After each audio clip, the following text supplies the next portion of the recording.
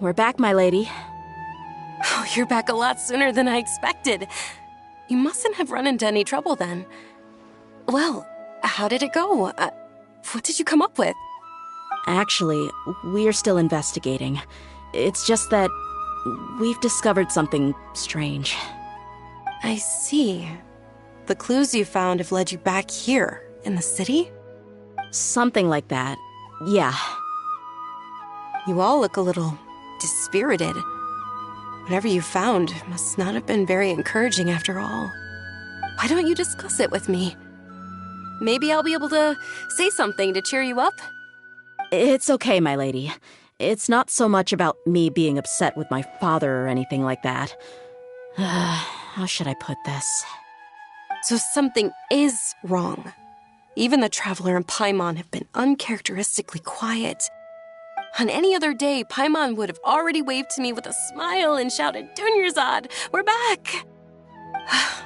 So tell me, what happened? Well? My lady, please prepare yourself for what we're going to tell you next. It concerns the Master.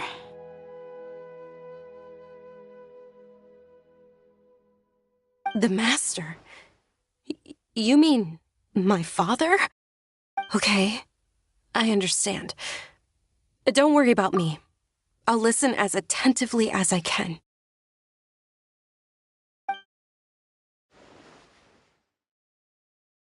My father has been supplying goods to Dagan al-Akmar?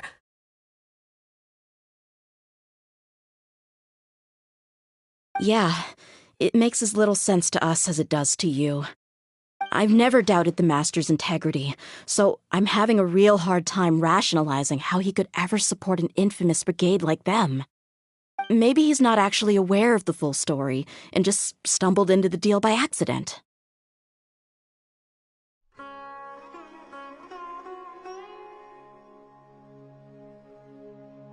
I can't help but agree with the Traveler. Huh? You mean you feel the same way, Dunyarzad?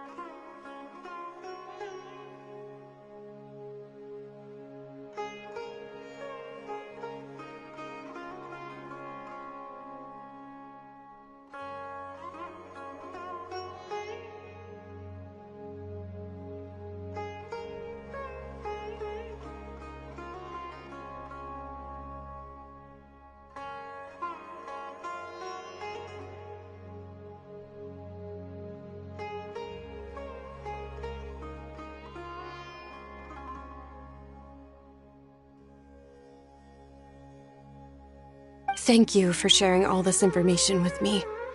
Since you've told me everything you know, I should also tell you about some doubts that I've been harboring for quite a while.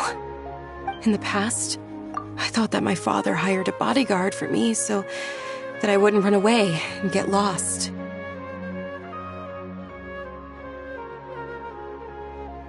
However, there are plenty of capable mercenaries in the Corps of 30. Why did my father go out of his way to hire Dia? About that. Well, the Homayanis really needed bodyguards, so they reached out to the Blazing Beasts. Later, the Master told me that I was one of the best mercenaries he'd ever seen, and that I should stick around to become one of his bodyguards.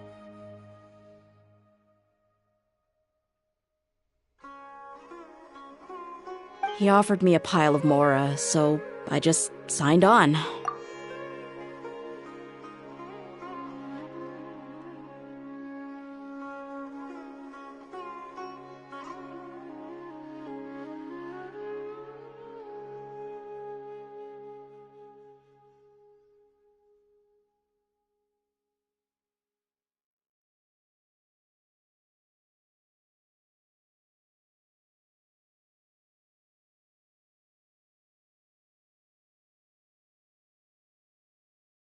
Well, but that didn't really answer my question. Just think about it. Why did my father specifically reach out to the Blazing Beasts?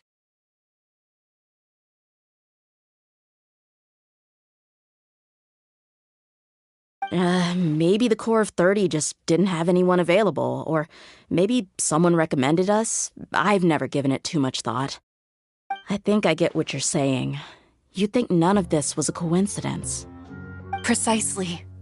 At first glance, nothing seems strange or out of place. But there are many parts of the story that don't actually make any sense.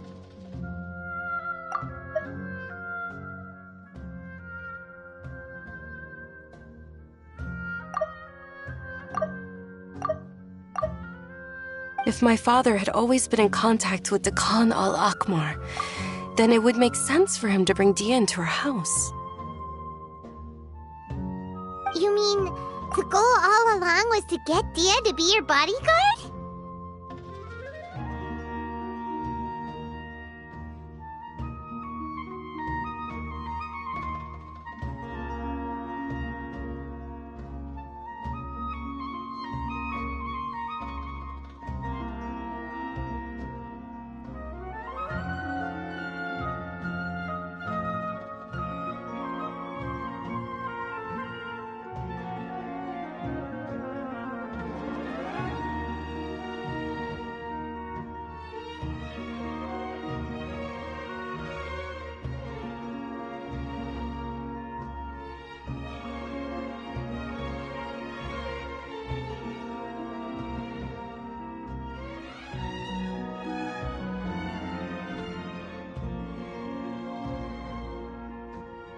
No, that's too much of a stretch.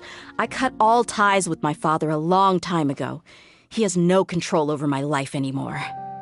But that still doesn't rule out the possibility that your father has still been trying to influence your life without you knowing. So, the Master was not likely an innocent victim in all of this?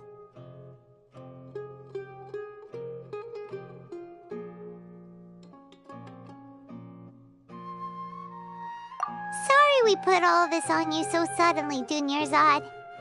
It's okay, Paimon. I should actually be thanking you.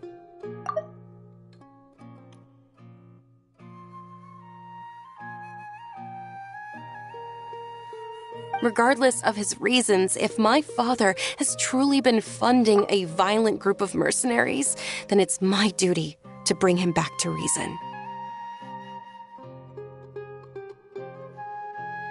But is that really the right thing to do? My father has committed many atrocities and deserves all the punishment that he has coming to him. I have zero sympathy for him. You may call me an ungrateful child, but my feelings will remain the same.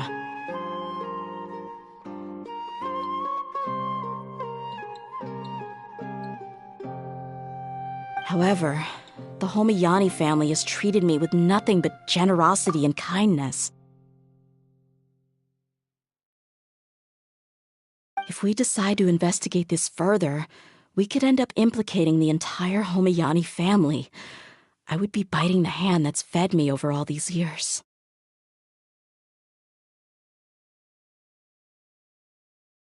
Dia. It's all right, Dia. If anyone were to ask, you could always just say that I'm the one who instructed you to get to the bottom of this.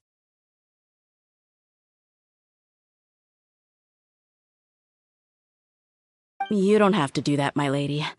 I'm not conflicted because I'm afraid of taking responsibility. Besides, you're the one we should all be worried about right now.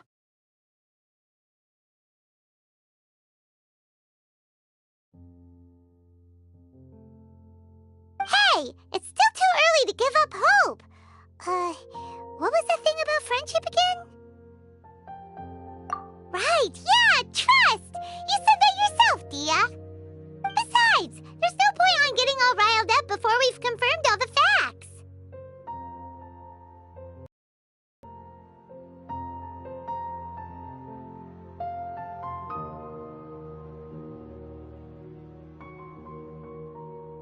Thank you, everyone. That makes a lot of sense. I Guess I should always remember the trust that I've placed in people.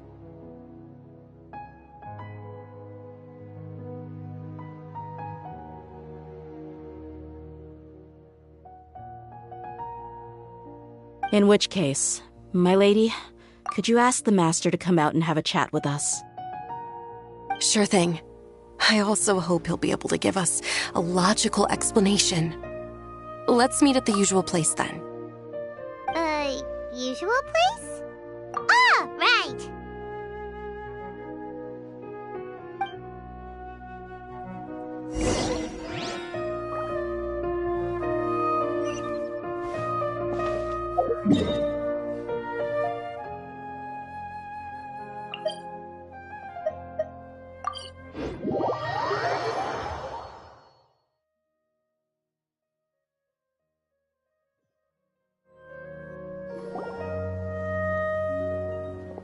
Thank you for coming, sir. Please allow me to introduce these two. This is the Traveler, and next to her is her travel companion, Paimon. Ah, yes. My daughter has mentioned them from time to time. It's a privilege to finally meet them in person. But we may skip all the pleasantries for now. What is the important matter you wish to discuss with me today?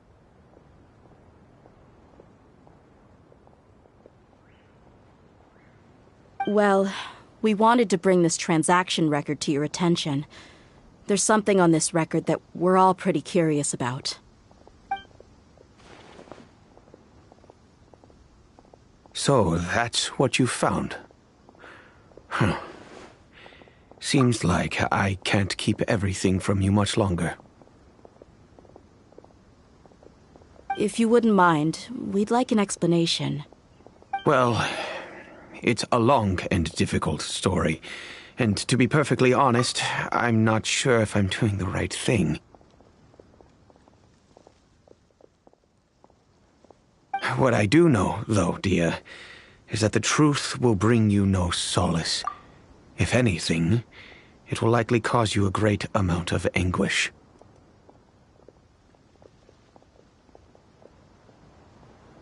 Wait, me? Yes, I understand perfectly why you came to see me, and I am touched by your collective commitment to do the right thing.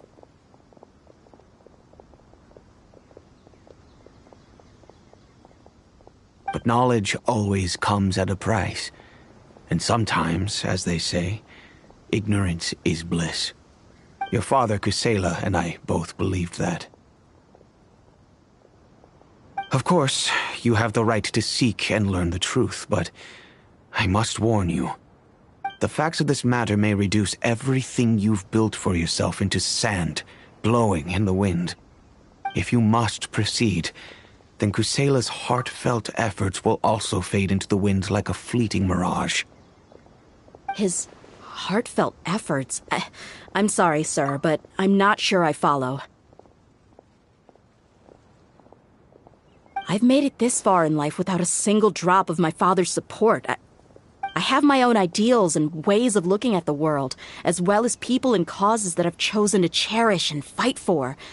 None of these things have anything to do with him.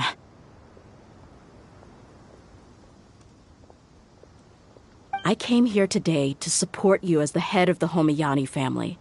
No warning will change my stance on that.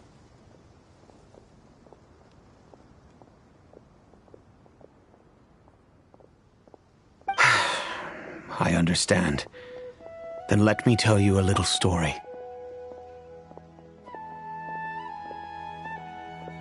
Our family once needed to take a trip to the desert when Dunyarzad was just a baby. Along the way, we were attacked by bandits. They had superior numbers and quickly overpowered our bodyguards. When all seemed lost, a group of passerby Eremites lent us their support. Those Eremites were Kusela's brigade, Dekan al-Ahmar.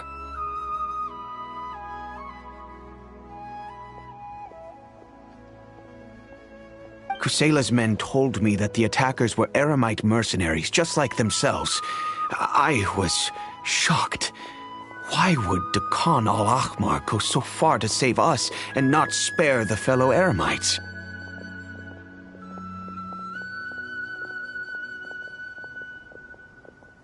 Kusela was grinning and walked over to play with baby Dunyazad. She was startled by his unfamiliar face and nearly started crying. Really? I never knew. He said that he had no particular reason to help us. He just took pity on us because he had a daughter about the same age. We started talking about our children, and I sensed that he was a devoted father. To repay his kindness, I hired his brigade to help out at our estate for a time and offered everyone generous remuneration. So, that's what happened. It was many years before I saw him again. I almost didn't recognize him the next time he came knocking on my door. The man I knew to be strong and healthy had been reduced to a shell of himself. He couldn't even walk anymore without his cane. So, what happened to him? He was perfectly fine when I left the brigade. I'm not too sure myself. The only thing that didn't change was his cheery disposition. He said there was absolutely nothing to worry about and that he had gotten into a fight. That was all.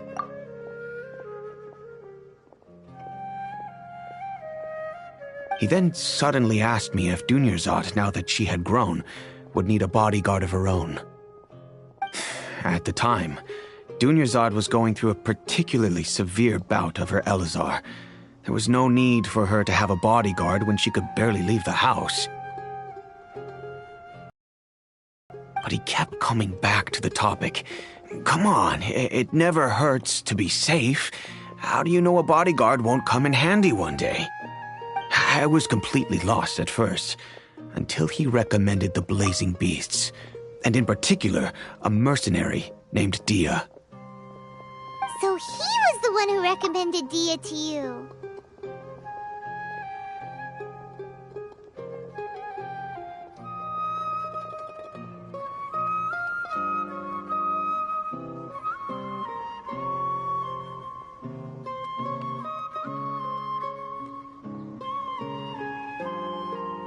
Indeed. He didn't say it out loud, but it was clear that he saw Deshret's relics as an evil group who would eventually corrupt every member in their ranks.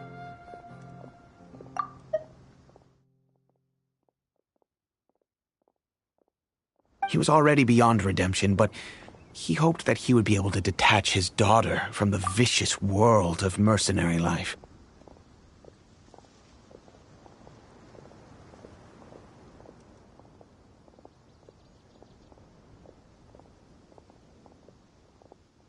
If Dia could stay in my house and keep working as a bodyguard, then gradually her affinity for the desert would decrease, and she'd be able to leave her previous life behind. And that's why you offered her such generous compensation? Yes, but not just because of that. From the moment that he asked me for that favor, I also began to see Dia as my own daughter.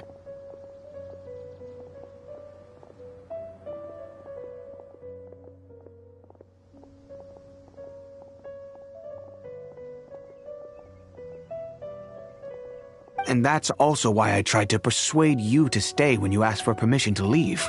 I was willing to spend however much it took. Kusela saved my daughter and me all those years ago in the desert. I could never refuse him entrusting his daughter to me.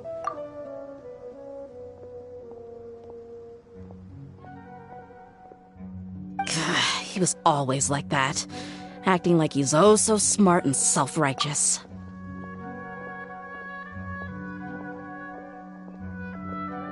Kusela said that he'd reimburse me for a portion of Dia's fees. I refused to take any mora from him, but he'd always sent me funds anyway.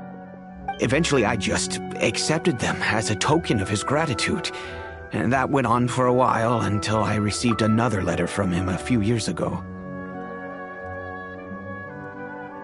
The letter contained a request to help him buy food, weapons, medicine, and even explosive materials.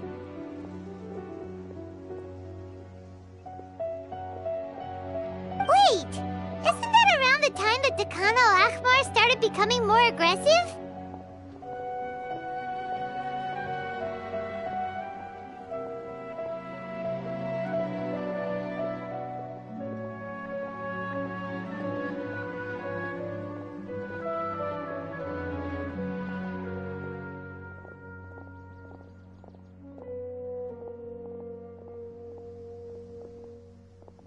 That's right. When I started to hear some nasty rumors, I became wary. I wanted to meet him face to face to discuss things.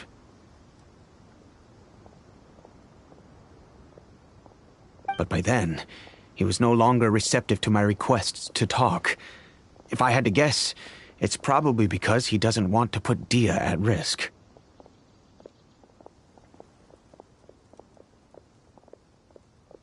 That thought occurred to me as well. I figured that he probably came to me for help because he had nobody else to turn to.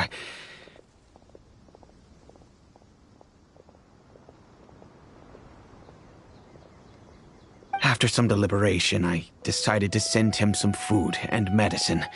I turned down all his requests for explosives and weaponry.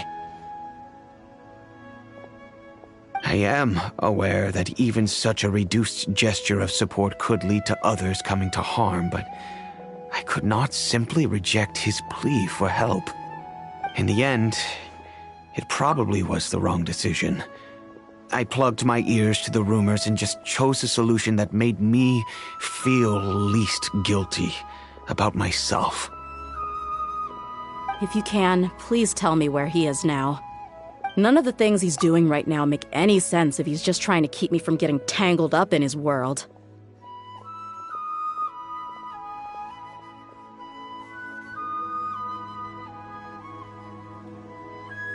If all he wants to do is steer clear of me, then maybe he shouldn't have brought me into this world in the first place. Oh no. Dia, please don't feel that way. I'm just angry because I can't wrap my head around any of his actions.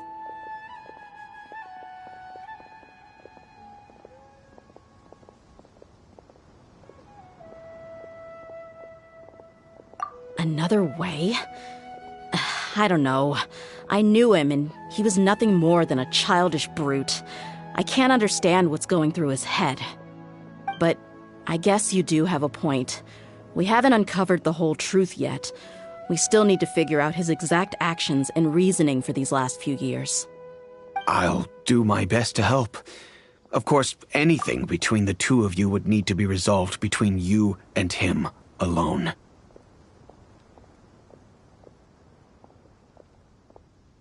I don't know Kusela's exact whereabouts.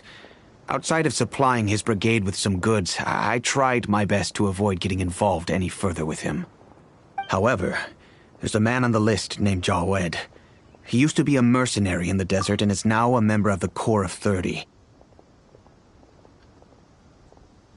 He's responsible for supplying weapons and liaising with the Dekan al-Ahmar's merchant caravan. I think he should know Kusela's whereabouts.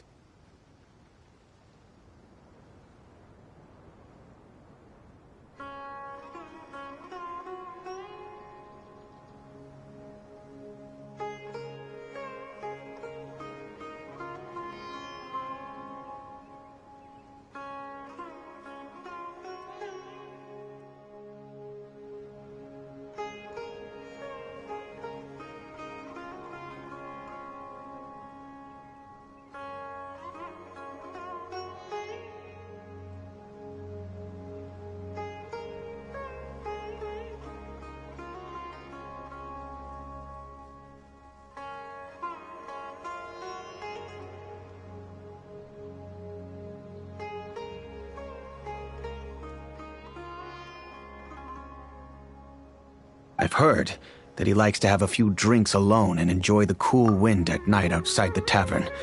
Maybe you'll be able to find him there. I've heard that he likes to have a few drinks alone and enjoy the cool wind at night outside the tavern. Maybe you'll be able to find him there.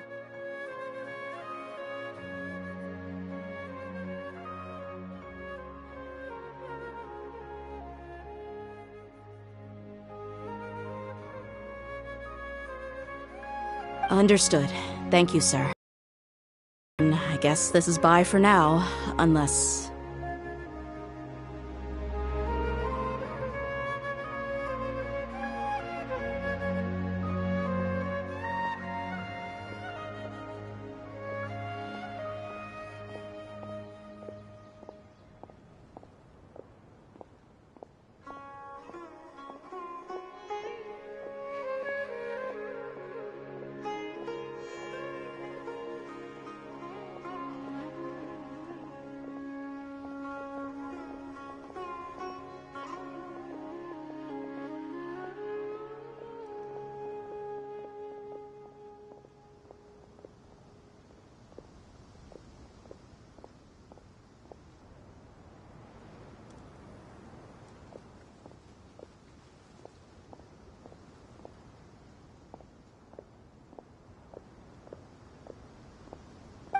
I'll stay and be with my father here. To be honest, I'm still a little dazed and haven't finished processing everything quite yet.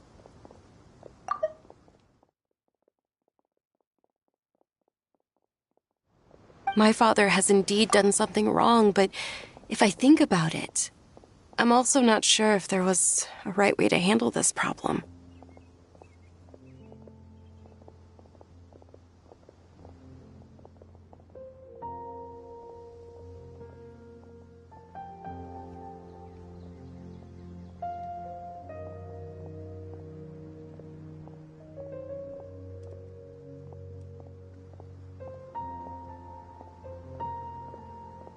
I feel like our only course of action is to turn everything we know over to the Core of 30 and let them render judgment. Yes. I am prepared to accept whatever verdict they choose. It's time to face my mistakes.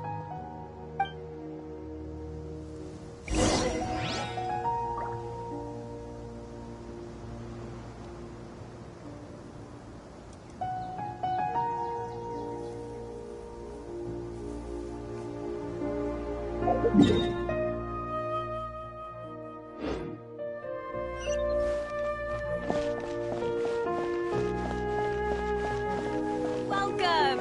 I hope you'll have a wonderful day. Local specialties in Sumeru. I want to buy more.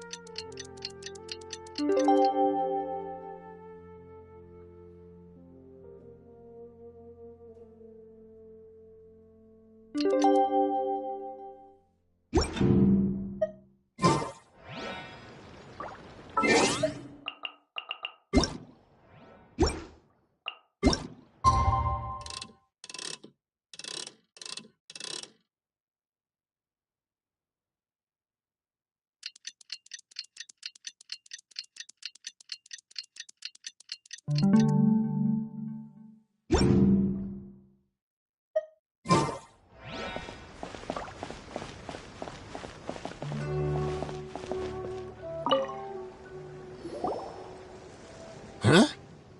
Who are you guys?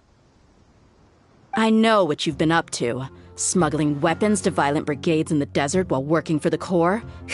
Pretty bold, if you ask me. Shh. Keep your voice down.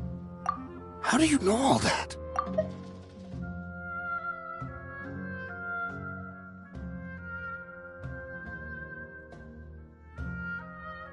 Come with me. We should take this elsewhere. I'll be happy to talk things over once we're somewhere private.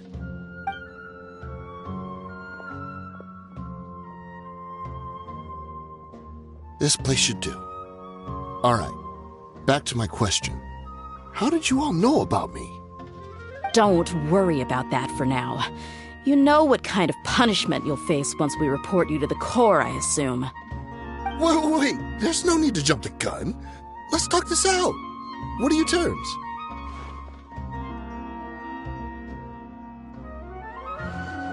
So what's in it for you anyway, Mora? Well, I was a little tight on money at the time, and Kusela took good care of me in the past. I weighed it in my mind, and I couldn't find a reason to turn the opportunity down. I wouldn't only be helping my benefactor, but I could also make some quick Mora.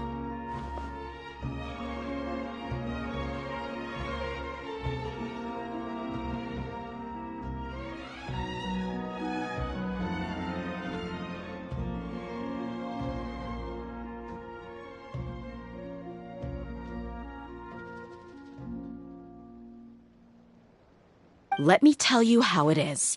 We're investigating Dakan al-Akmar, and we're gonna put an end to their operations. If you provide some help for us, then we might just put in a good word later to reduce the terms of your punishment. Hey, why don't we discuss this a little first? Listen, I made quite a bit of Mora from my last run. You just give me a number, and I'm sure we can...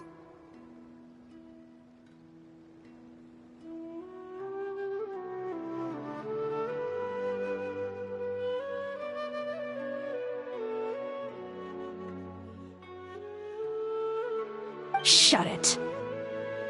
My patience is running out. You should know when a mercenary is after something other than money.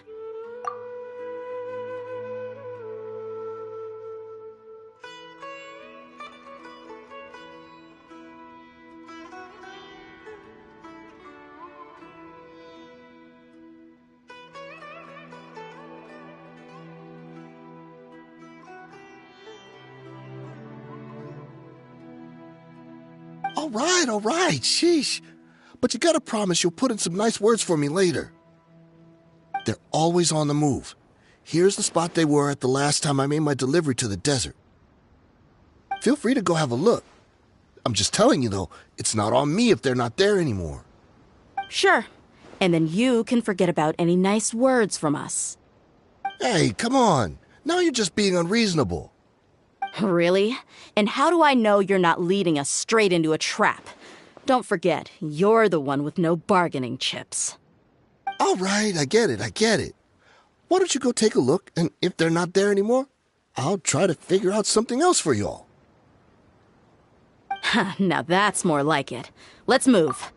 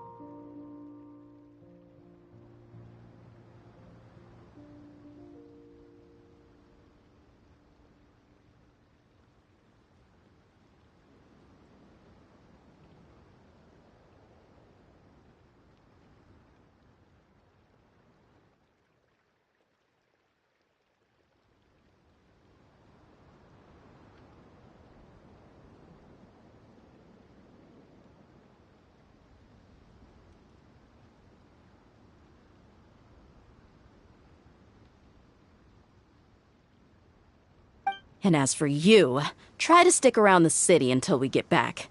You don't want us to call the folks from the Corps and have them drag you back to the city.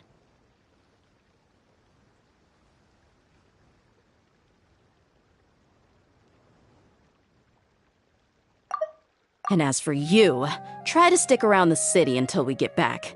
You don't want us to call the folks from the Corps and have them drag you back to the city.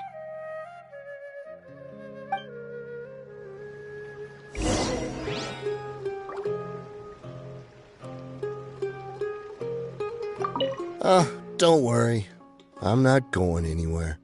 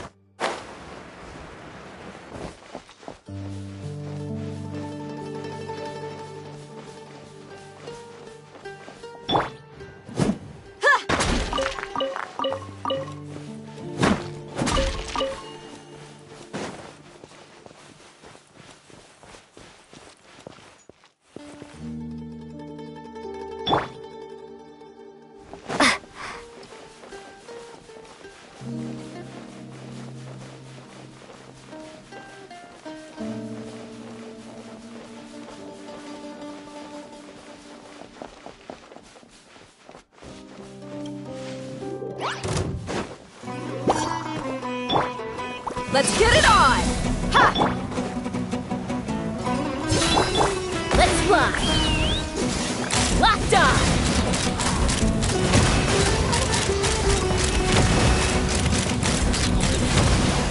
Open fire!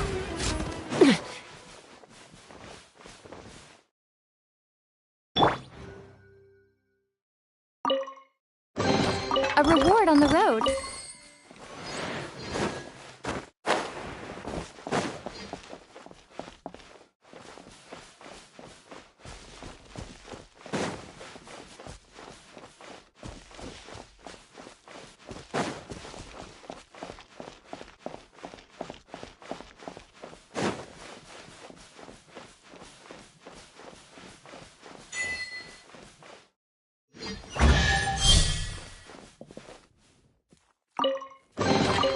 I'll keep this close.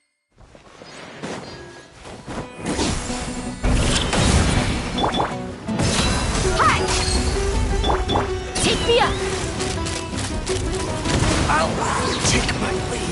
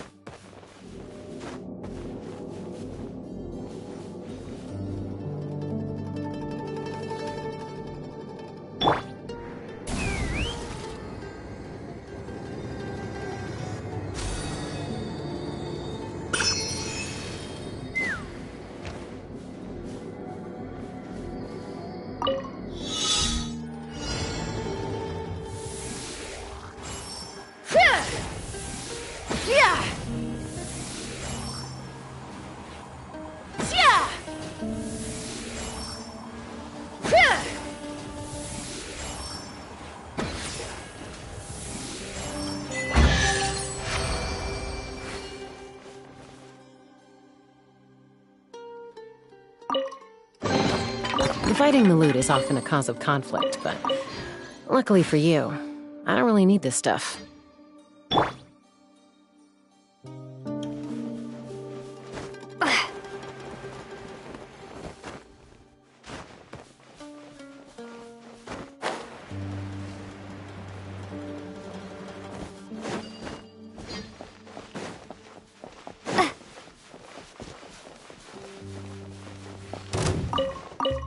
Here comes trouble. Use this first.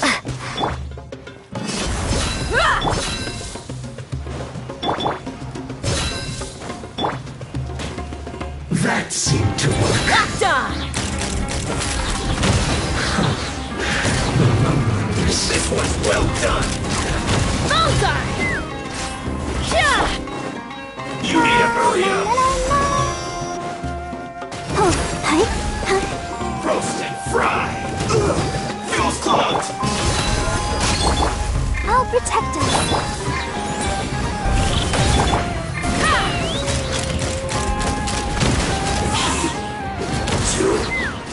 Look.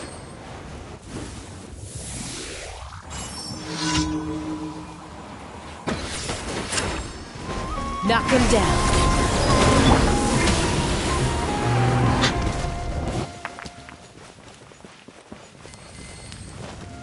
Look alive! Ha! Well met. You can't run. Take me up! Well, this. Don't be a killjoy. He only just looks like I went too far. So quiet.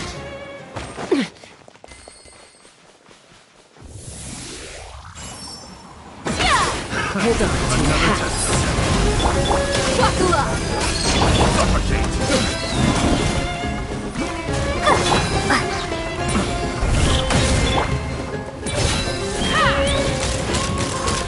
Bullseye!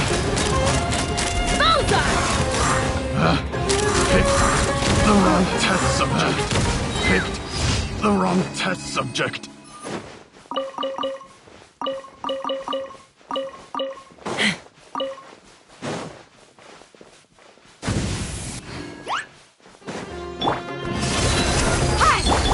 Come on, we can do it. Let's dance. Let's fly!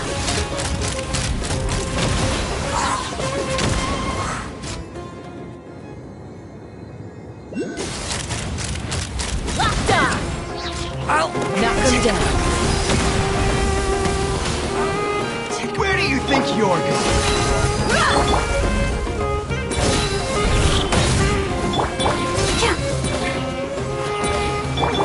Take me up! I'll be back. Bullseye! You won this one.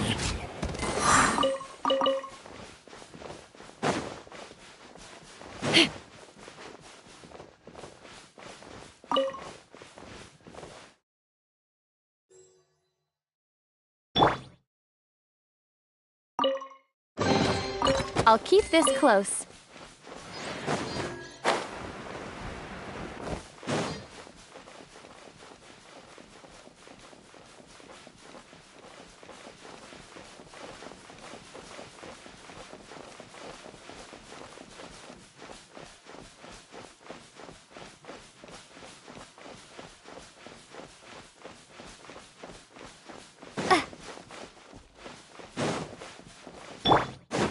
Let's get it on!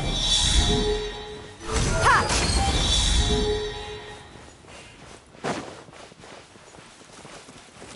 Cha! Ra! Yeah! I'll protect us.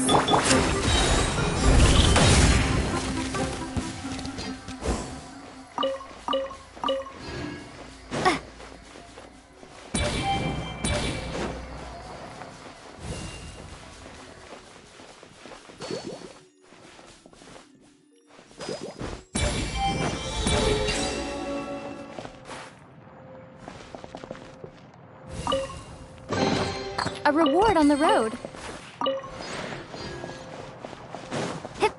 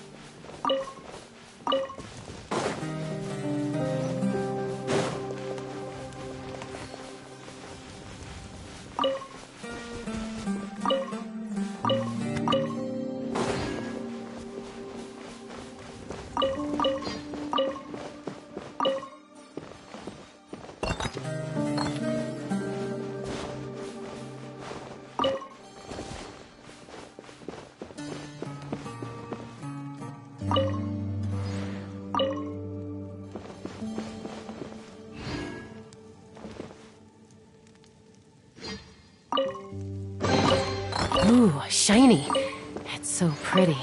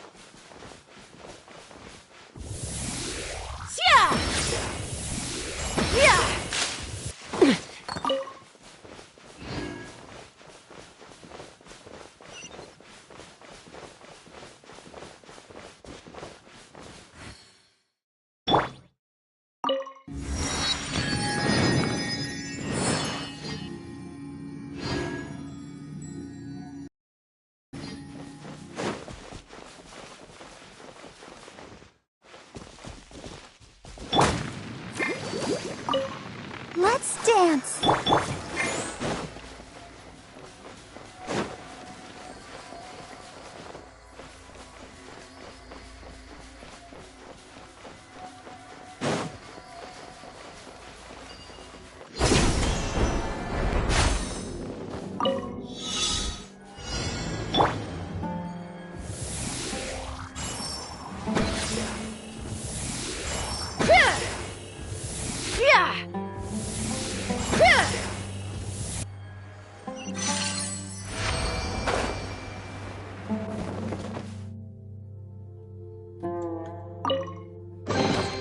Ooh, shiny. It's so pretty. That's close enough. Law of the Take jungle. me up! Open fire! Open fire! Fire in the hole!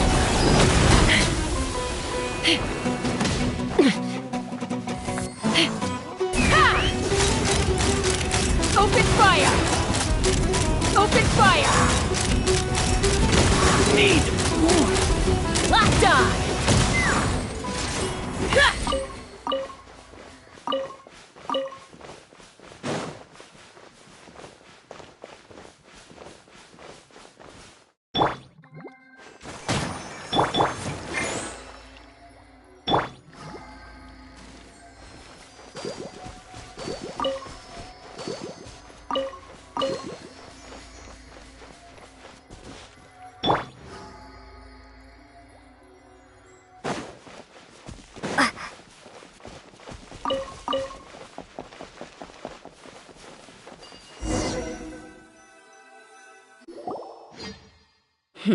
Seems like we're in luck.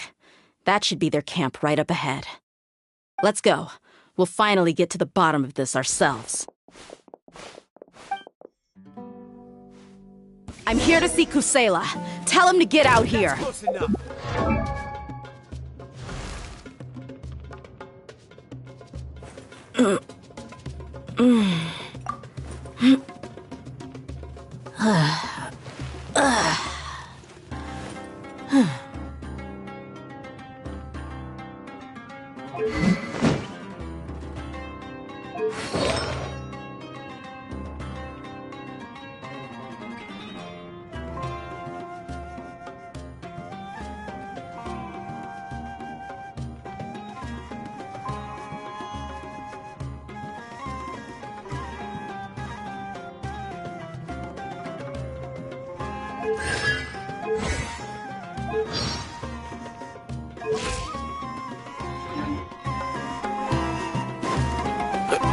Tia, why are you here? Let the show begin. Locked on!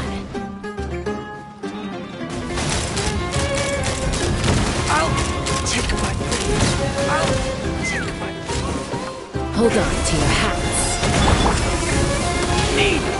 Buckle up! Haven't you all done enough? Oh, so are you also here to stop us? Stay out of this. It's got nothing to do with you.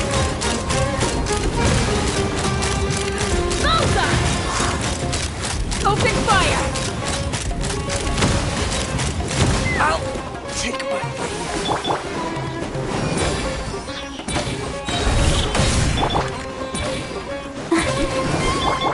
Let's get it on! Ha!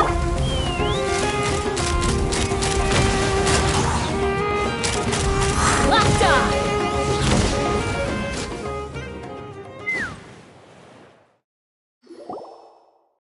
Oh, she's so strong! Enough fighting. We all know each other, and I don't want to take things too far. Just bring Kusela to me. There's no use hiding him anymore. Did you understand a single word I just said? Or do I need to bash your skull in some more? All right, everyone, let's all just calm down for a second. Dia, the boss can't come out and see you anymore. He died a long time ago. What? Seems like you've been out of the loop for a while. Guess that's for the best, though. At least, that's what the old man wanted. When did he die? What happened to him? A few years ago, Kusela broke up Dakan al-Ahmar and went to the Deshret's Relics headquarters by himself. So is that when you guys started acting up? We would prefer to call it taking revenge. Every last person in Deshret's Relics must pay in blood for what they did.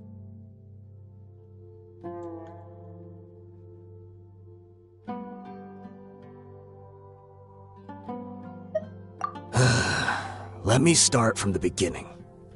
Dia, do you know how the head of the Relics maintained order internally? Overwhelming strength and unquestionable authority? Those were a part of it, yes. But just those on their own weren't enough. They had another tool at their disposal. They called it a person's record. Regardless of whether they joined by their own will or were coerced, every person in Deshret's Relics was forced to leave a record of themselves at headquarters. Whether it be their deepest sin, some unforgivable act, or their most immoral exploit, the record served both as a symbol of loyalty and the perfect material for blackmail.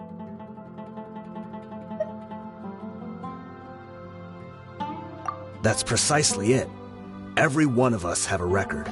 Me, Bashar, Tikriti, and all the boys who grew up with Dia and ended up joining our ranks. But you, Dia, you were never asked to provide a record, were you? I never even knew this was a requirement. You were probably the only person in all of Deshret's Relics who didn't know about it. Ever since you were born, Boss had been trying to shield you from this organization's sinister rules. Not only that, but he also banned all of us from committing any nefarious acts. He said he'd take care of the dues we had to pay regularly to headquarters.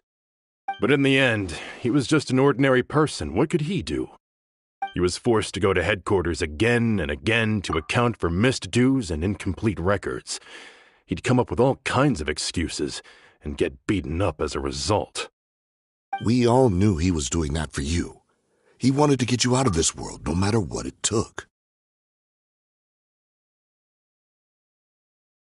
And that's why he became a shell of himself and couldn't walk without a cane.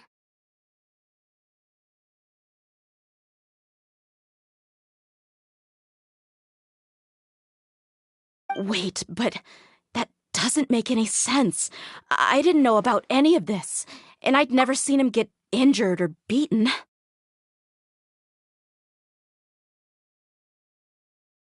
Because you were too young at the time. How would you ever tell between wounds from a beating and wounds from battle? When you left home after that final argument with him, he seemed to age by a decade overnight. Even his hair went gray. So, even the blazing beasts were... Yep. It was all his doing. Had he not arranged them to come to you, you probably would have been reduced to a pulp before you ever left the desert.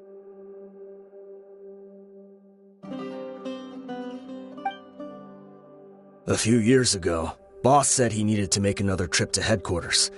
He was already pretty weak then, and we all assumed he was going to get beaten again. I suggested that he hand the role of leadership over to me, but he said there was no longer any need. since the Khan al-Ahmar would soon be no more.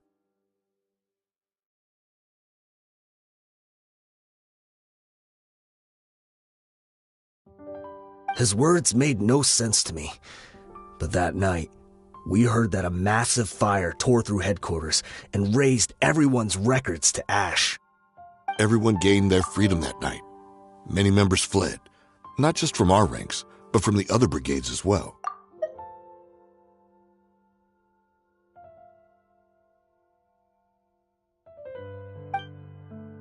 But how could we leave with a clear conscience? All of us who knew exactly what had happened. The boss can't have just died for nothing. Those heartless jerks at headquarters took him from us. From that point on, the sole purpose of the Khan al-Ahmar became revenge.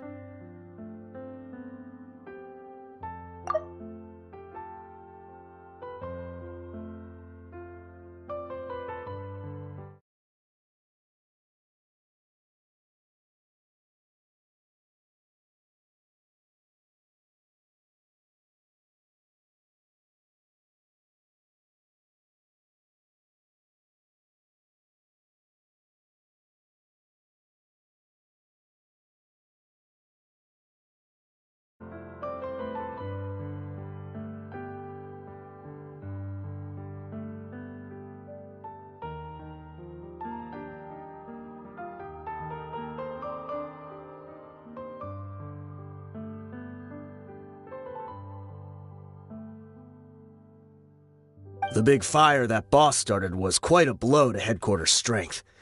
It's given us the opportunity to launch our attack.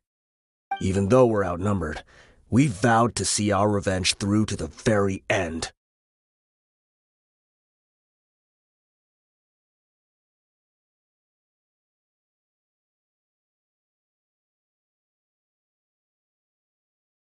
There were people from headquarters who changed their names and went into hiding. Some fled to other brigades, and others escaped to the rainforest. But we won't let any of them escape our wrath. They'll all pay for what they've done. We've suffered plenty of losses as well. To keep going, we need an enormous amount of supplies, from food and medicine to weaponry and explosives. All we can do is exchange our loot from Mora, and then use that to get supplies. We forged Boss's handwriting and sent out many letters to his former friends. Thankfully, many people were willing to come to our aid. We were also able to attract many mercenaries who shared our goal. We've endured unspeakable pain to win many impossible battles. Deshret's relics have become weaker and weaker, and now we finally have an opportunity to directly strike their headquarters.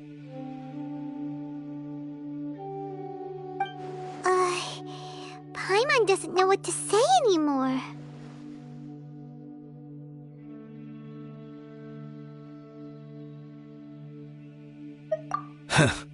We do know right from wrong, but we were sinners from the very beginning.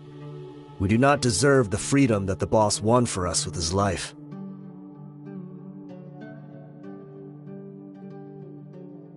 Boss always loved his old-fashioned hero stories. Those tales about sacrificing yourself to save the world. We used to always laugh at him for it. But in the end, he really went and lived those stories out himself. As for me, I never considered myself a hero. We're all the lowest of the low.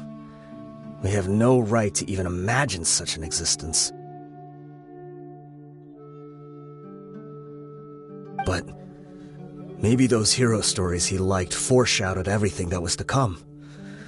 The spirit of the hero touched all those he had saved, and more people joined his cause. Maybe we were all just acting along with the play in the beginning. But as we acted the parts and recited the lines, we were drawn in. And now, we want to see the story through to the end. I'm sorry, Dia. I know you always found us insufferable ever since you were young. Just think of this as a madman ranting. I'll go with you. Huh? Dia? You want to go with them? I grew up with these guys, and I know they're not bad people. It's just that some situations get so bad that it's difficult to tell good from evil.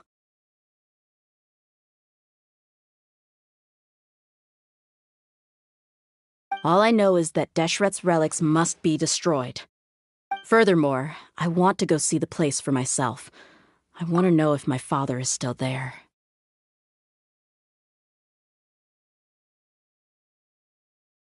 I know you don't want to get involved in this, so there's no need for you to tag along. I can do this on my own.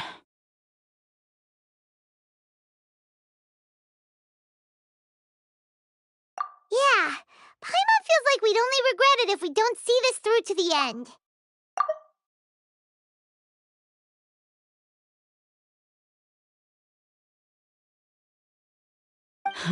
Thank you. We'll be a lot stronger together with you.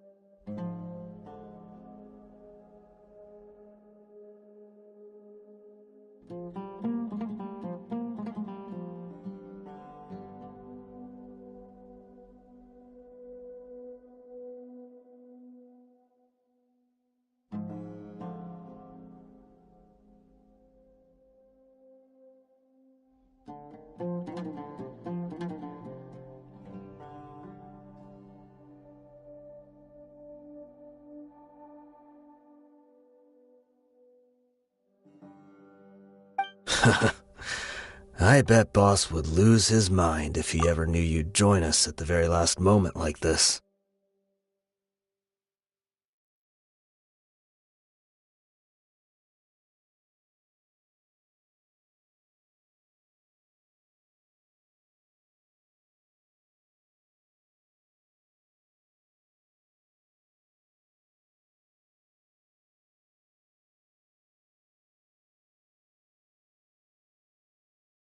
Considering all the losses and injuries we sustained, we can't afford to turn down someone as powerful as you.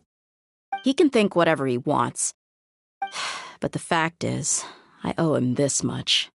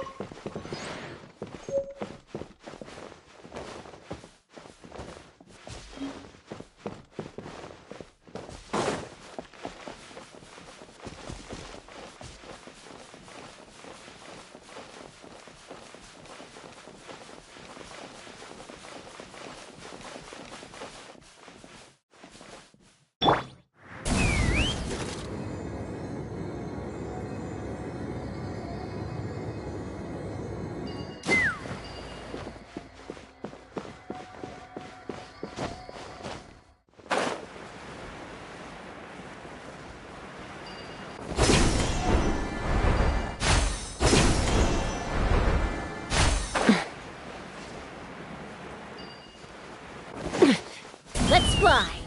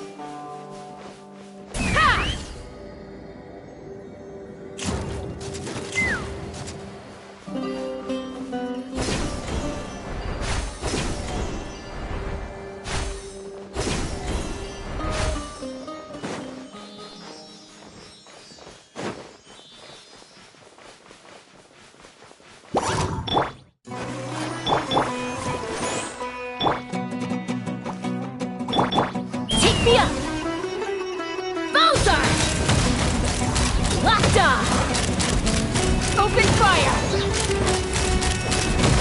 Open fire!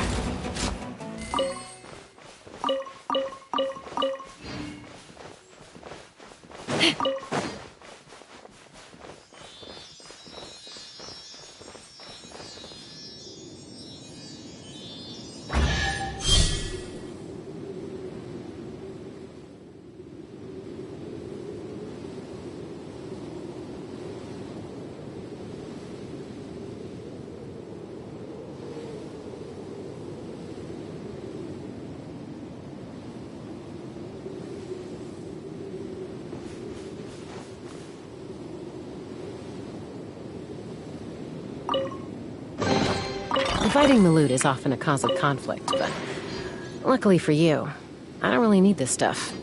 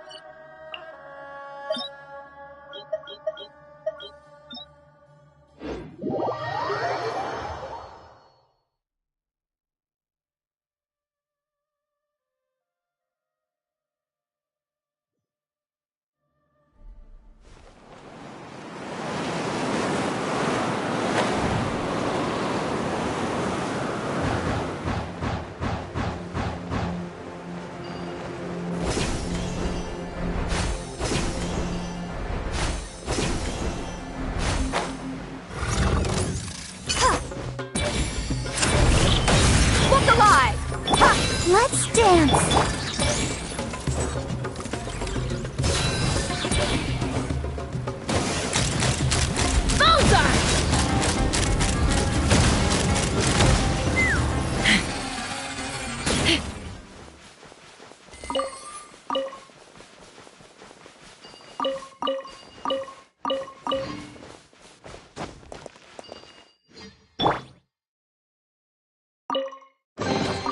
I'll keep this close.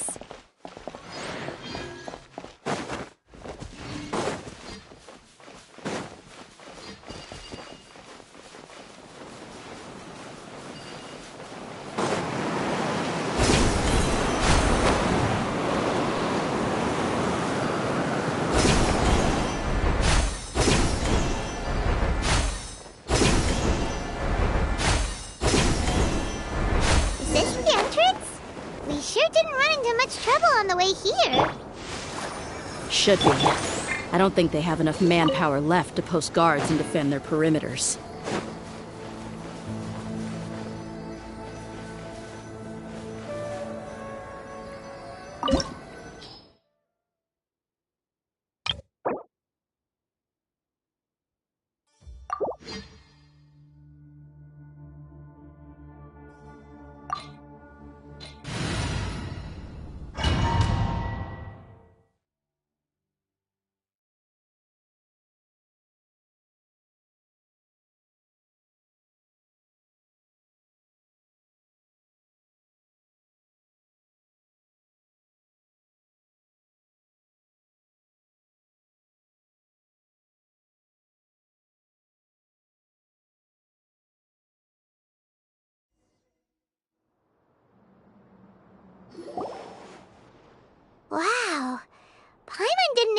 it to look like this on the inside.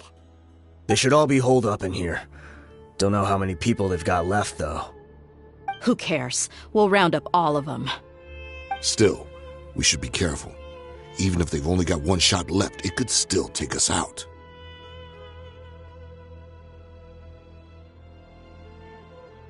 Yeah, we'll know what they're really capable of once we've landed some hits on them.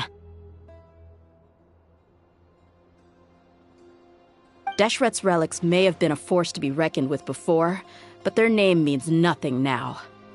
Yeah, they don't stand a chance with you here. I'll take the lead. I've been here once before.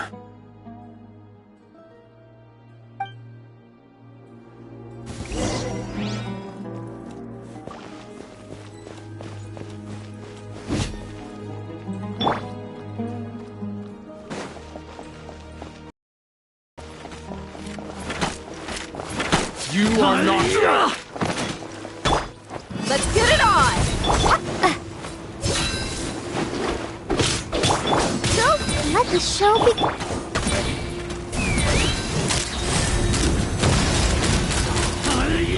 Bullseye! I'll be back. Locked on! Open fire! Fire in the hole! Buckle up!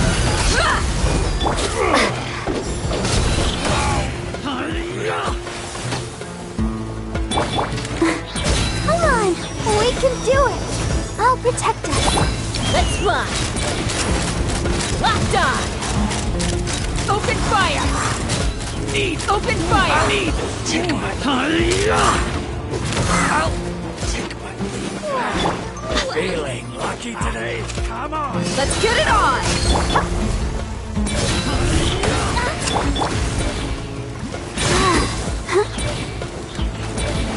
Try to keep up! Take me up! Coward! I'm getting sick of I'll be back. Knock him down.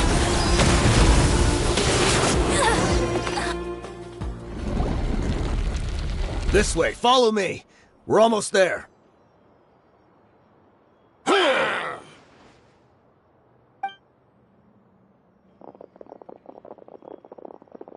Wait! They went charging ahead without checking for any traps! Hey, you guys okay? It seems like we just got trapped in here. Don't think we triggered anything else. Watch out, the enemy's coming from ahead. Well, now that things have come to this, seems we'll have to fight our way through. Don't worry about us. We knew something like this could happen. Go and take a look around. There could still be another way through. Let's go! We can't let the boss down! Let's check if there's another way! The sooner we can make it through to help them, the better! Let's see. I think I see a way through over there, but it's being blocked by something. Let's try our luck with that mechanism. Okay, let's go!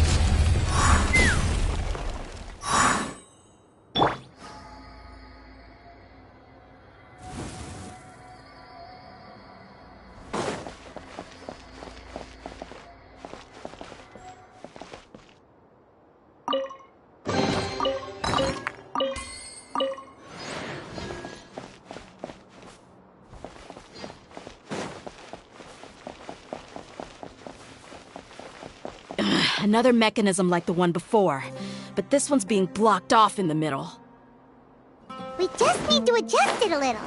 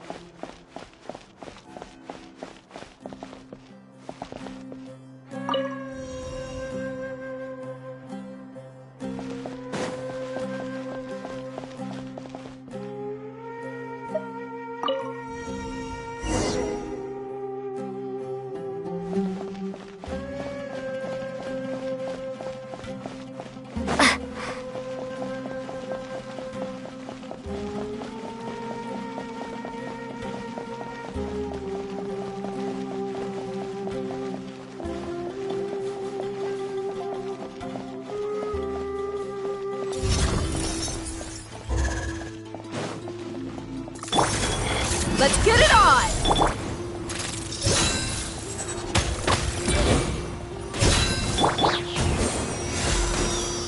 Let's dance. Let's fly! Open fire! Bullseye!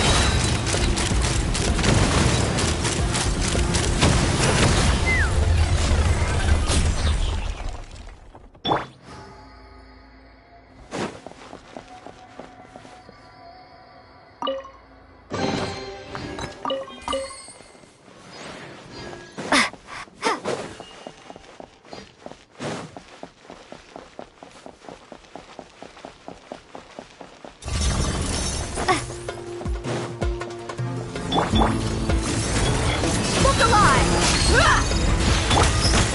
Let the show begin.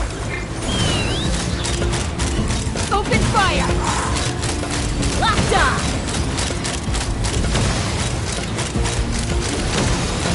Locked on! Fire in the hole!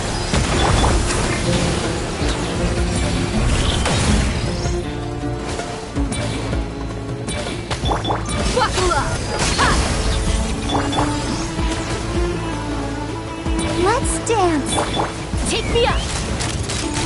Bullseye!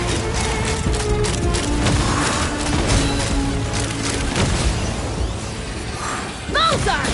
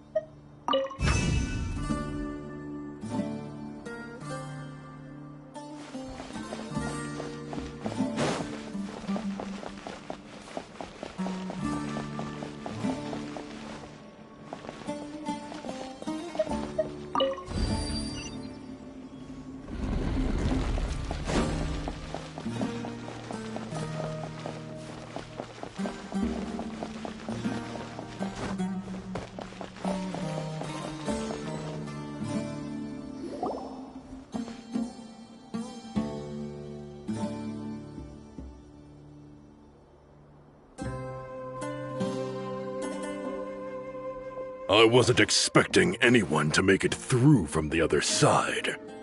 But as a desert dweller, I suppose we should be used to our folks defying all expectations. Don't waste your breath. You have nowhere to run. Run? Had I wanted to run, I would have fled 1,000 times already.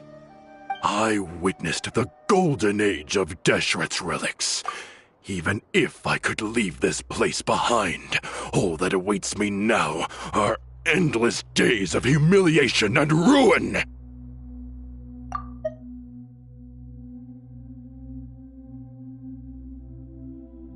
Even now, my brothers and I still believe in one thing. The greatest should never live to remember their fall. So you want to go out in a blaze of glory? Let us draw our weapons! We will show them the true power King Deshret bestowed upon his followers. They are but two, while we hold within ourselves the entirety of the relic's glory! Wave one, charge! Eliminate them!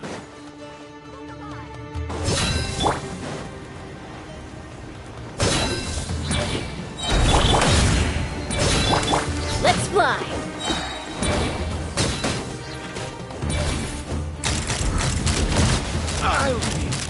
Locked on! Take my lead. Locked on! I'll be back. Don't think we're just getting started.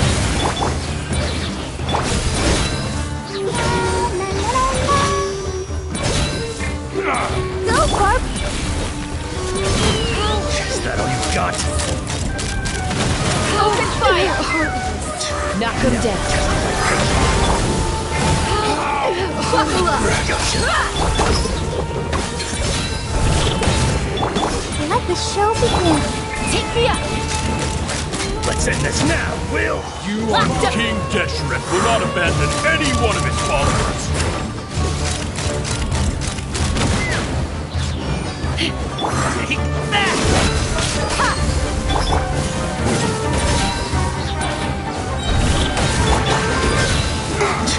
Now you're testing my patience. I'm getting sick of this game. Let's away! I'll take it. Take my Open fire! Brothers! With me, this is where we prove our faith.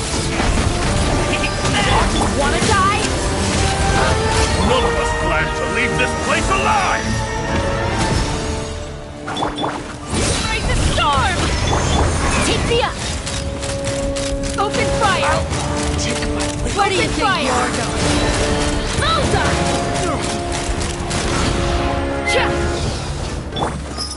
Let's get it on! I'll protect us. Goodbye. But we'll meet again.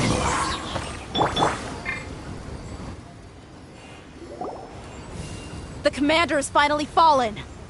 But they're still coming at us! This place is like a gladiator's ring. They just keep coming no matter how many we beat! Yes! Keep fighting! There's no need to fear, and no need to back down! This is our last stand!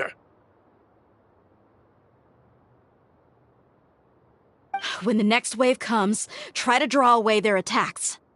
I'm going to see if I can take out that high platform.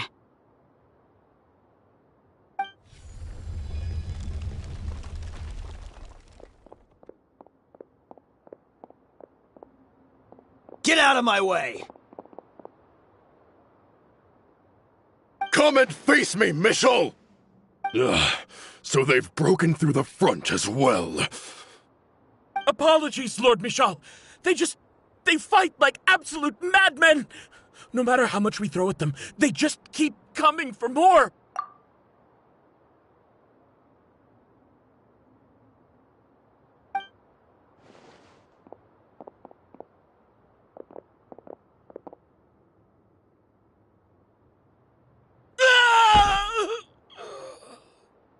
So, it would seem like this is the end. Time to pay for everything you've done, Mitchell. You think I would give you that opportunity? I will be buried in the sand alongside all the rest of our fading glory.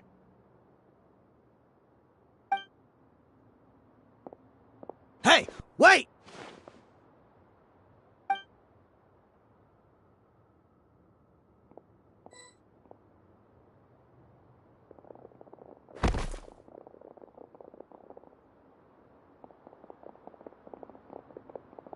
We were too late.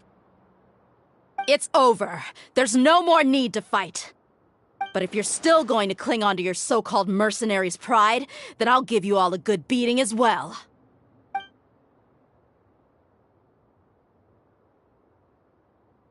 Hey, Dia!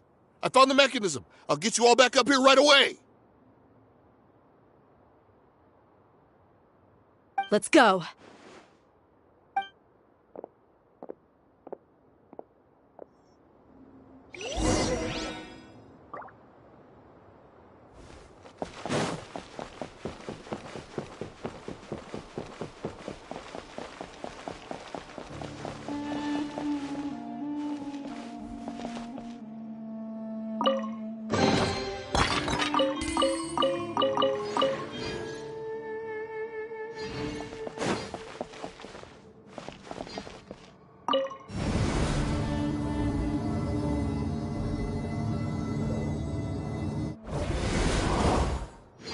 Who are you filthy rats? And why are you always pestering us? You call yourself a member of the infamous Deshret's relics and you still can't even tell who's made it all the way to your headquarters?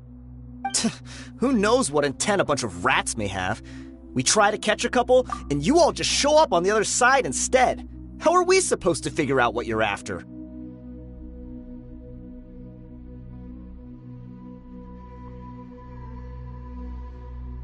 Hey, have you ever heard of a man by the name of Kusela? Why would I know? It's not like I'm in charge or anything.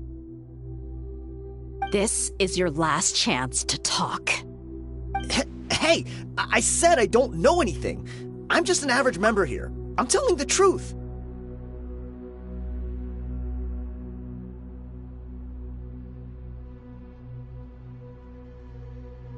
If you're here to find someone, why don't you look through the records yourselves? Who can remember every name and face with so many people coming in and out every day? The irony. His life became a light for so many, yet to others, it wasn't even worth remembering. Where's the records room? Answer me! It's right over there. All the files are in there. You can go It's not like any of them still matter anyway. I mean the old records room. The old records room? You mean the one that got burned down? Kusela. Ah, yeah, I remember him now. The guy who could hardly walk.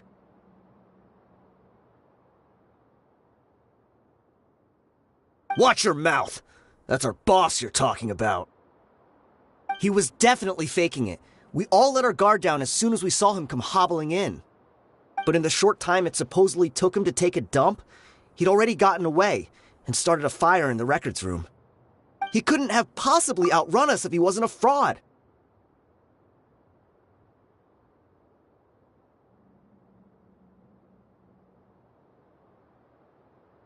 And after that, Deshret's relics fell into complete disarray.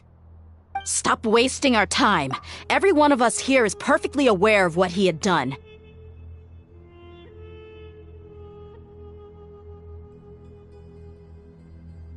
Tell me, where is the old records room? It's just over there. Go see it for yourself if it means that much to you. There's nothing left in there but ashes. No human could ever survive that kind of inferno. Bashar, Tikriti, let's go. We'll leave the others here to guard these guys. Spare them no mercy if they try anything.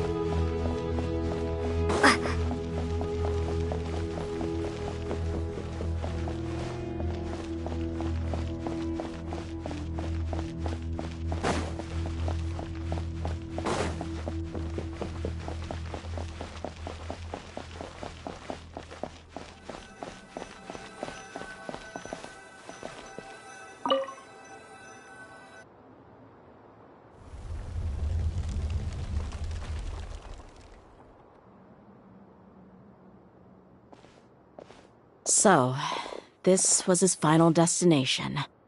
How did he do it? Getting past all the guards with a limp and sneaking in here to start a fire? If he was nimble enough to do that, then he must have been able to get out of here after starting the fire, right?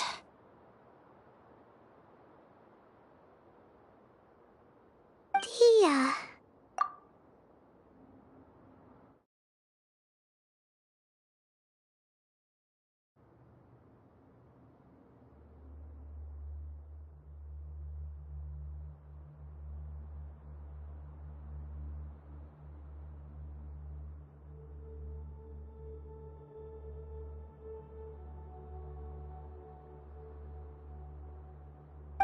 I'm sorry.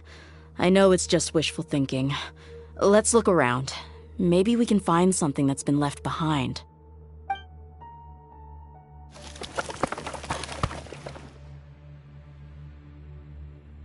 Is this a cane? It must be the one that Dia's father used. Kusela. Thanks for everything, boss.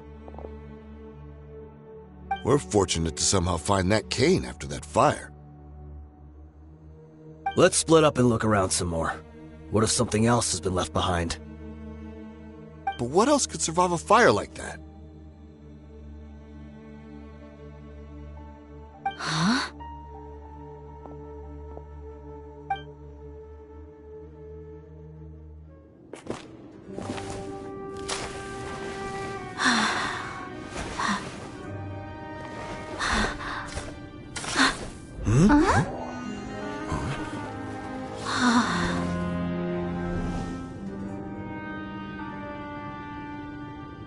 Thought so. Wait! Isn't that the toy sword you played with as a child?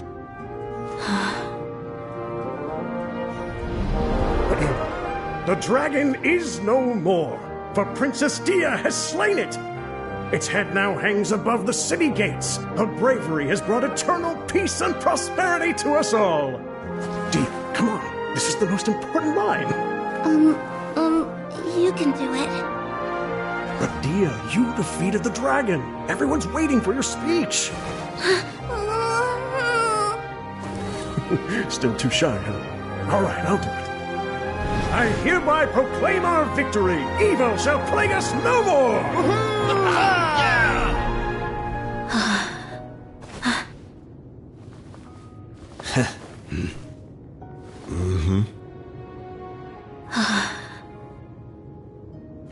I hereby proclaim our victory. Evil shall plague us no more, Dad.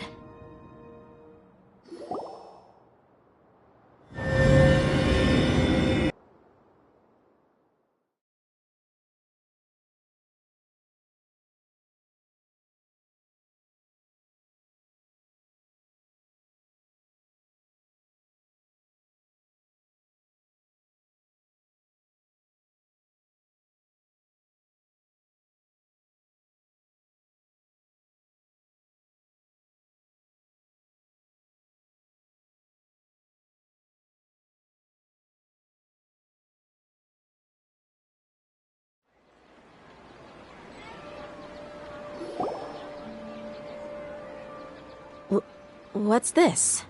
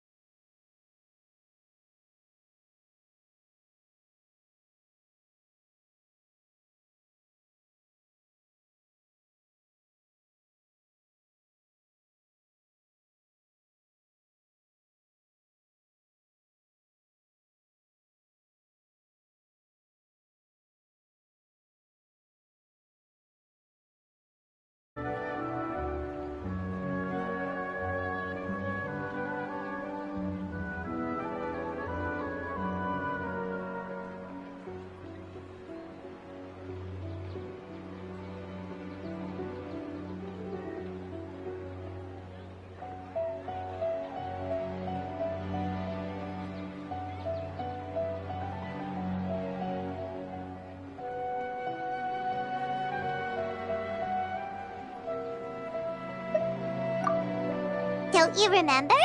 You asked Paimon what she would do if she were to wake up tomorrow with loads of money.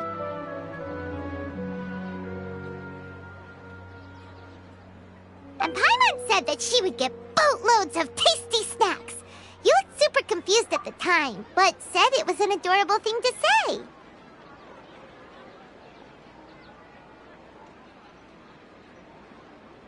These opportunities don't come by often. So today, Paimon's gonna treat you to a special crash course on Paimon's life philosophy.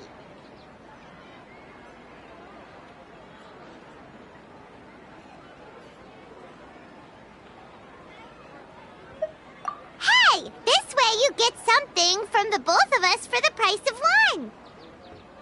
Anyway, the point is that you should eat to your heart's content. You'll feel better for sure once you've gotten something in your tummy. Dunyarzad will also be here shortly. She's already heard that we're back. Aw, thanks you two. Honestly, this is very unlike me. I just had a lot on my mind on our way back, so I didn't know what to say.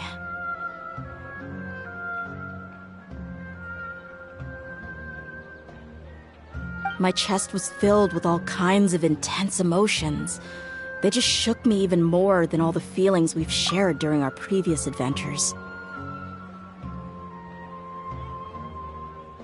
But when everything came to an end, those emotions also vanished without a trace, and I was left feeling more empty than ever before.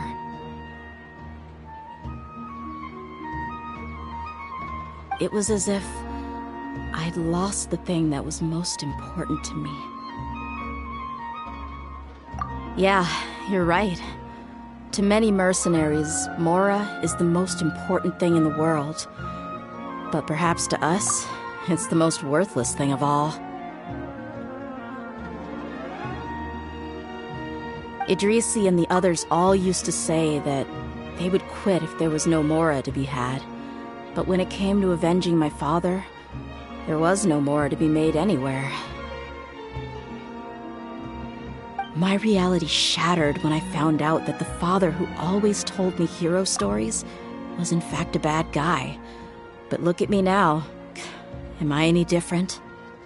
Despite all my promises about never forgiving him and never trying to understand him, I still went to such lengths to find out the truth, and nearly even shed tears for his sake.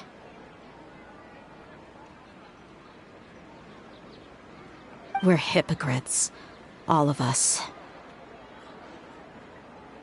Yeah, you're right. It's just a pity that we often only recognize our true feelings after it's already too late. You're back! Are all of you all right? Ah, there she is!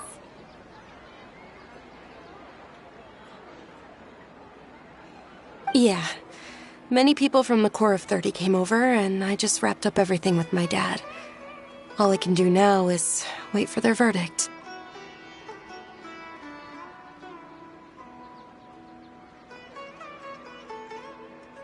Huh? Dia, you're looking quite down again.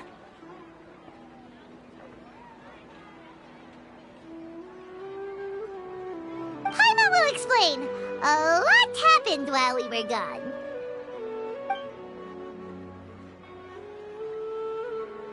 I'm sorry. I really should have controlled my emotions better. I just... It's all right, my lady. You were hurt by all of this as well. Truth be told, I'm starting to feel a little guilty watching you cry like this.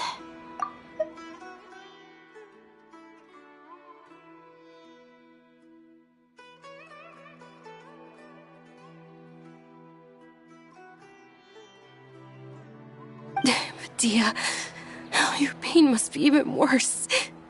You shouldn't need to comfort me.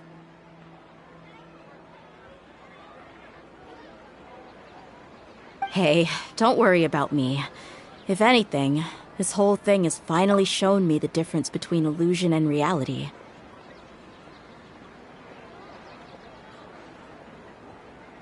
My father probably thought that people could settle into new lives as long as they moved to a new environment.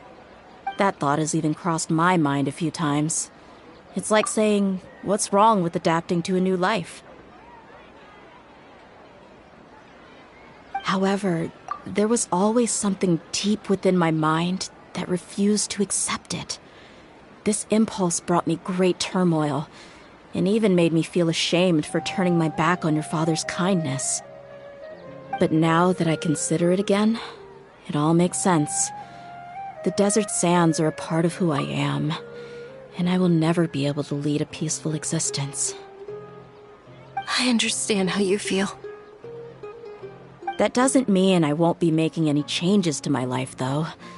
As an example, I'm now thinking about taking on some small odd jobs.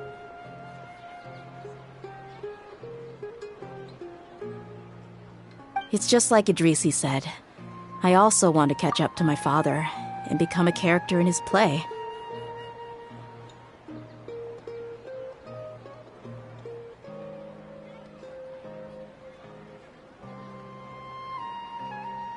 Even if the ending of the story may be childish and ridiculous, it won't really matter.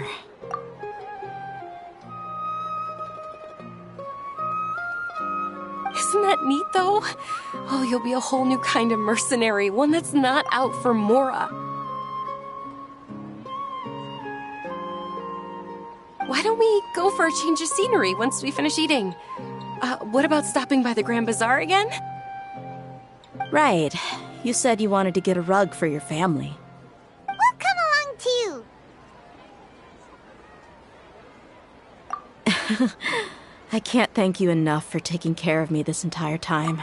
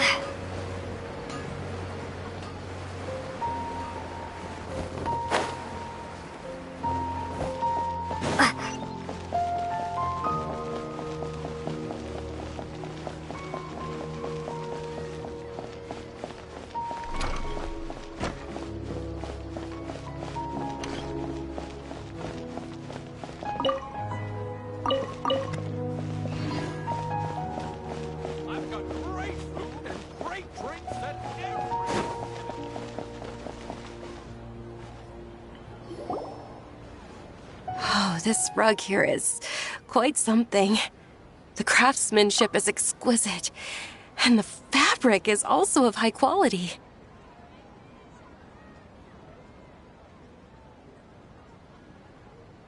Ah, here you are. Finally, I found you. Hey! Aren't you that mercenary who bit his tongue? You can still talk? Wait, are you here to take revenge on us? What are you talking about? Do I look like I could take you all in a fight? I just came here to give you something. I'll be on my way to give myself up to the Corps after this. Once I woke up, I hurried to the Khan al-Ahmar's camp, hoping to alert them to your presence. But when I got there, I found no one except the members who were still too injured to move. Ah, so you probably got there after us. Yeah, they told me that they had exacted their revenge, and everyone had turned themselves in to the authorities. Even that last camp was not going to last for much longer. I had joined the cause to repay an old favor from Kusela. Now that everyone's already turned themselves in, I might as well do the same. One of the injured members gave this box to me, and told me that it contained some of the old man's last possessions. Everything left in the camp will get confiscated, so I figured I should get this to you before the Corps could get their hands on it. Thank you.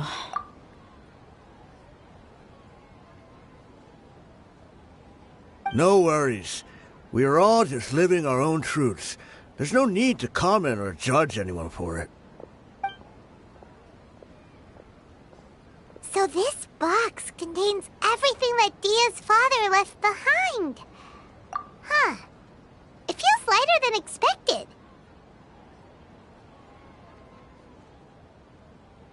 Well, back in the day, the first thing he did with any moral was spend it on things like drinks and meat. But let's see what's inside. What's this? It's just a bunch of junk. It kinda stinks.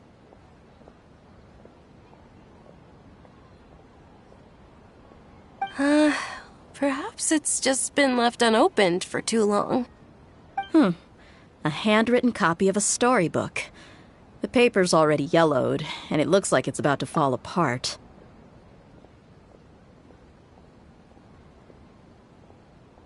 It was against the Academia's rules to possess books for personal use. If he was going to break that rule, he could have at least copied something useful. That probably means this was really important to him. And here are a few bags of children's snacks. The packaging's completely deteriorated. Maybe that's where the smell was coming from. Did he get those for you? Yeah, but here's the thing, though. Even when I was a child, I was never a fan of these kinds of snacks. He'd always say that he got them for me, but in the end, he always ate more than I ever did.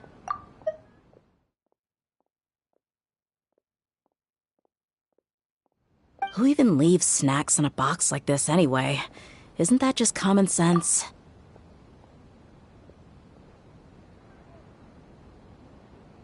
Forget it. Let me see what else is in here. A razor, some buttons, some round iron tiles, a wooden toy puppet.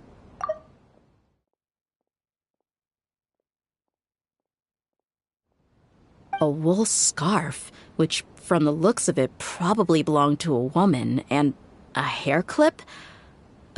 Why are these things here? I'm suddenly feeling a little scared. I'm sorry, my lady, but this is just the kind of man he was. He probably saw this box as some kind of personal trash heap and dumped any and everything in there. 2 empty liquor bottles. Tell me, you guys, are these the kinds of things that a normal person would leave behind? Huh? There's something in the bottle! Oh, you're right. All right, I got it out. It seems to be a piece of paper with some writing on it. The bottom part's all damaged from moisture, though. Let's hope the writing didn't smudge.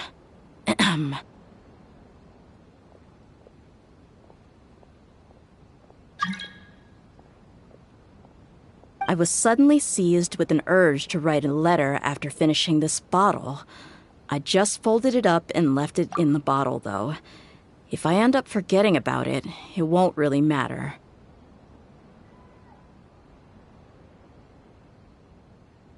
To Dia. It's a letter for me? It's all right. I'll just read it out. If he went to the trouble of writing a letter, there must have been some important things that he wanted to say. Or at least record down. My condition's becoming worse and worse. Can't even walk without a cane anymore, much less go out and have fun. Guess I don't have many days left.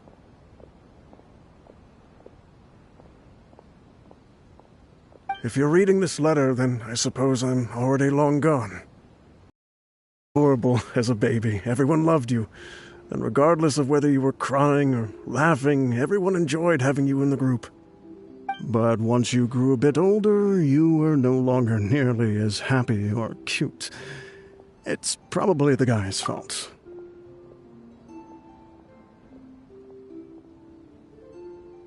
Can you believe this guy? He can point the finger at himself.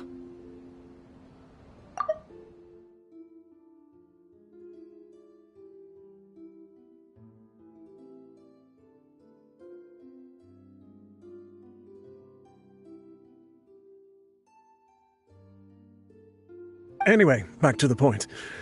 To summarize, I'm writing this so you would know not to feel sad for me, even if you end up finding out the truth.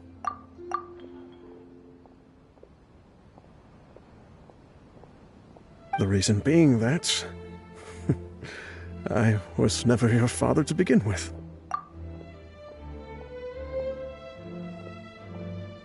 Wait, what? Surely, he must be joking, right? I don't know. I was quite formidable when I was young, and 100 times cooler than some so-called flame main.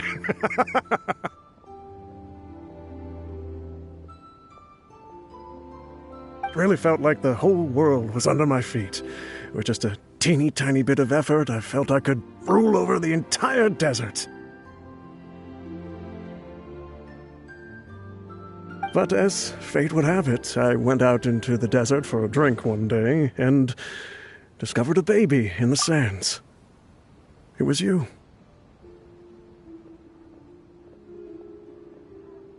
You were just lying there, small and helpless.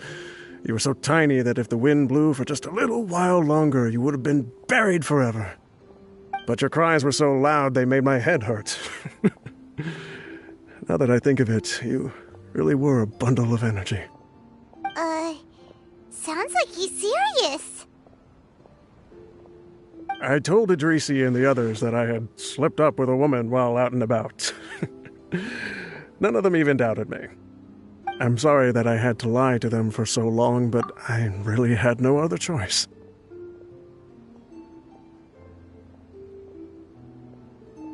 I was their most esteemed leader, after all. It's not like I could just tell them that I suddenly wanted to play at being a father. At this rate, I'll puke up all the liquor I just drank from this bottle.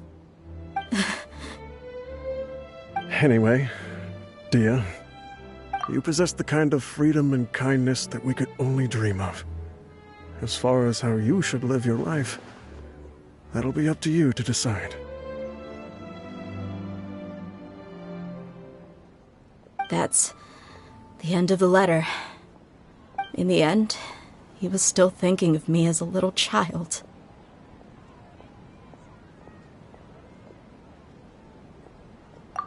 I suppose, or I would have suffocated under the sand a long time ago.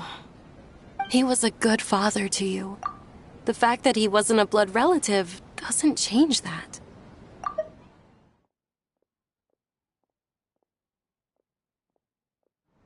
Yeah, it's just a pity that we had to learn the truth of everything like this.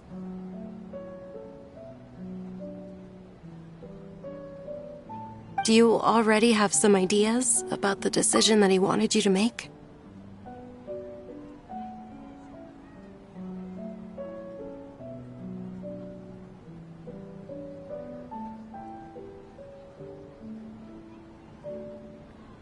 I do. If he first found me alone in the sands, then I want to try my hand at finding the person who abandoned me.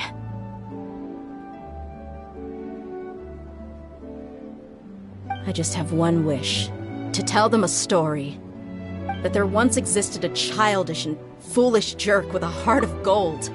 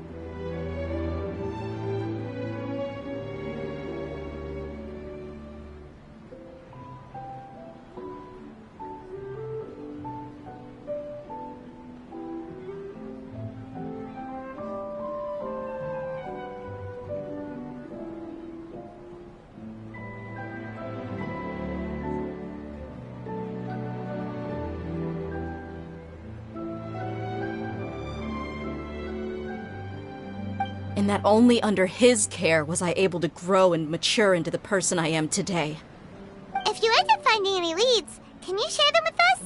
We go on adventures all the time. Maybe we'll be able to find some information for you.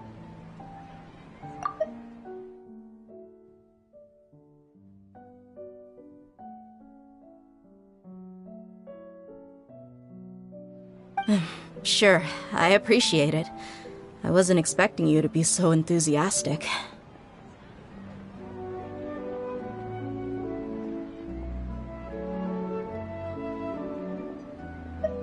I'll help too. Thank you. All of you. Thank you so much. My life has certainly had its twists and turns, but I've always considered myself lucky. Because no matter where I've gone, I've always been surrounded by incredible kindness.